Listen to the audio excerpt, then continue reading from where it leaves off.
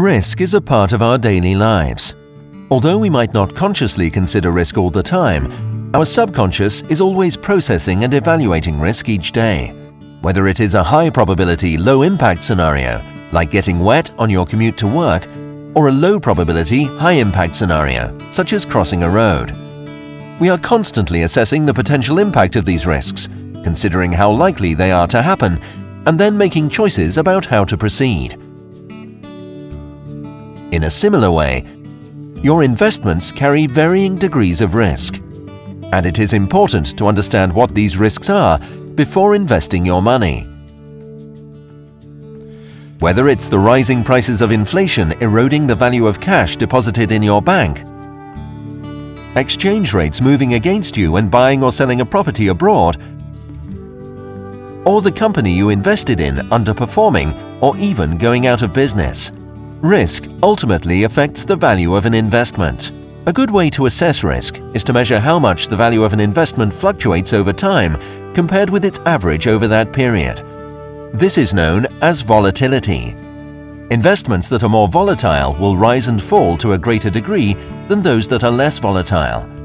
This means they offer the potential for higher returns and for bigger losses.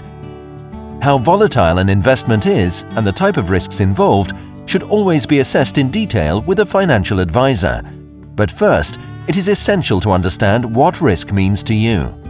An important factor in helping you assess this is time, as it is vital you make decisions about when you will need the returns on your investment. A person with a long time before they retire may choose to take on a higher risk investment capable of bigger returns, because the impact of any loss will be less given the longer time for their investments to recover. In comparison, someone who is close to retirement is more likely to keep risk as low as possible, as there will be less time available to recover any losses.